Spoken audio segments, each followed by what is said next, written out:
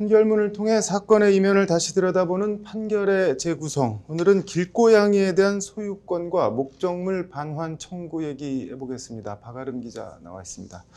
박 기자, 먼저 어떤 상황인지부터 볼까요?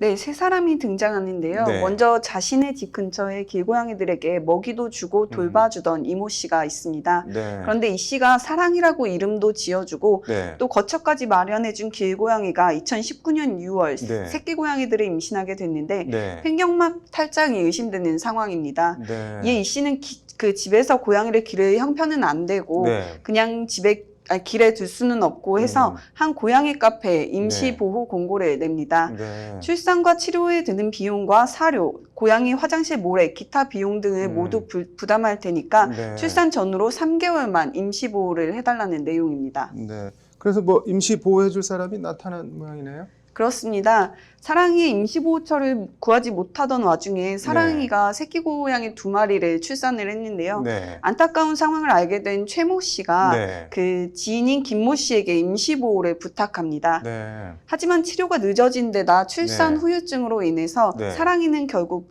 사망을 했는데 네. 이 씨는 치료비와 장례비 등 그간 들어간 그 330만 원 정도를 모두 네. 부담합니다. 네.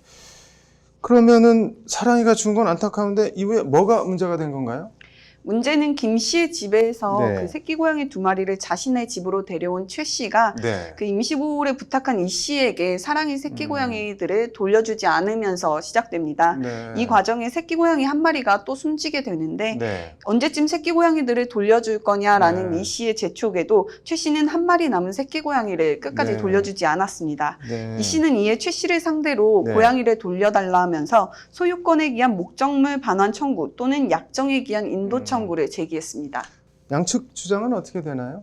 네, 사랑이는 주인이 없는 길고양이로서 무주물이었고 자신이 2019년 11월부터 돌봐온 데다 네. 진료비와 장례비까지 모두 냈다. 사랑이를 소유의 의사로 점유했으니 사랑이는 나의 소유이고 사랑이가 출산한 새끼 고양이도 자신의 소유라는 게 이 씨의 주장입니다. 네. 이 씨는 최 씨가 점유한 그 정당한 권한 없이 네. 자신의 고양이를 점유하고 있으므로 자신에게 새끼 고양이를 인도할 의무가 있다고 거듭 강조했습니다. 네. 최 씨 입장은 어떻게 되나요? 네, 반면 최 씨는 이 씨가 사랑이의 출산을 돌보지도 않았고 네. 출산에 임박한 사랑이의 주거 환경이 열악함에도 이를 네. 개선하지도 않는 등 무책임한 태도로 임했다고 반박했습니다. 네. 자신이 사실상 사랑이를 구조했고 구조 시점부터 자신이 사랑이에 대한 점유를 개시했기 때문에 사랑이나 사랑이 새끼 고양이를 반환할 의무가 없다는 것이 최 씨의 입장입니다.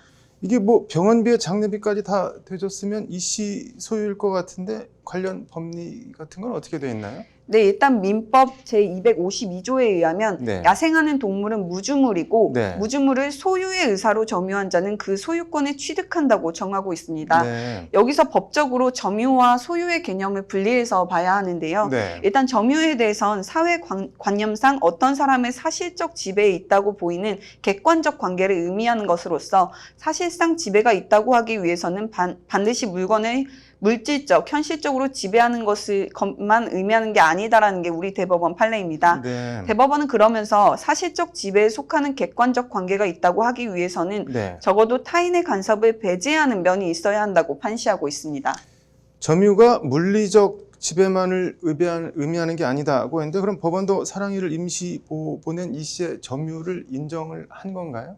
이게 또 살짝 복잡한데 네. 1시민 대전지법은 네. 일단 이 씨의 배타적인 직접 점유는 인정하지 않았습니다. 네. 그 재판부는 이 씨가 사랑이를 돌보던 시점에 네. 사랑이가 이 씨를 배타적으로 지배하는 장소가 아닌 길거리에 있던 점 네. 그리고 이후 임시보호처에 보낸 점 등을 들어서 네. 이 씨가 사랑이에 대해 타인의 간섭을 배제할 정도의 그 사실적 지배를 했다고 보긴 어렵다고 판시했습니다. 네. 최 씨가 사랑이를 병원으로 데려가서 진료를 받게 하고 네. 또 지인의 주거지에 임시보호처를 정해준 점 등을 감안하면 네. 그 시점에 최 씨가 사랑이와 새끼 고양이들에 대한 점유를 개시했다는 것이 재판부의 판단입니다. 뭔가 좀 복잡한데 그러면 사랑이하고 새끼 고양이들에 대한 점유를 개시한 최 씨가 고양이들 소유권자라는 건가요? 그건 또 아닙니다. 이 씨의 배타적 네. 점유는 인정하기 어렵지만 네.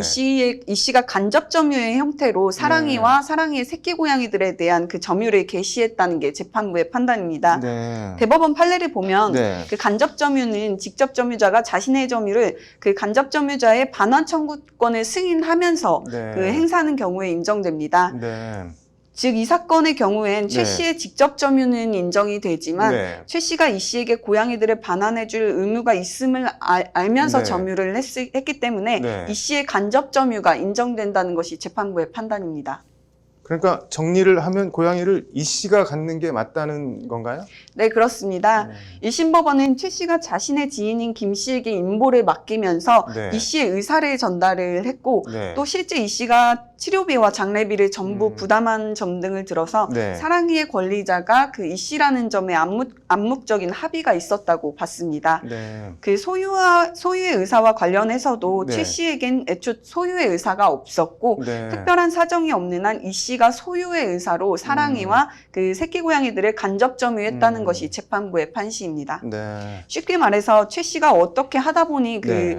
고양이를 맡아서 점유하게 됐고 네. 귀여워서 그랬든 뭐 다른 이유가 있었든 네. 최 씨가 고양이를 돌려주는 걸 거부했는데 네. 무주물이었던 길고양이 사랑이와 거기에서 네. 파생한 사랑이 새끼 고양이들에 대한 소유권은 이 씨에게 있다는 취지의 판결입니다. 이게 뭐 길고양이 학대하고 잔인하게 죽이는 뉴스에 비하면 어떻게 보면 미담이긴 한데 상당히 복잡한 법리가 들어가 있네요. 네, 오늘 잘 들었습니다.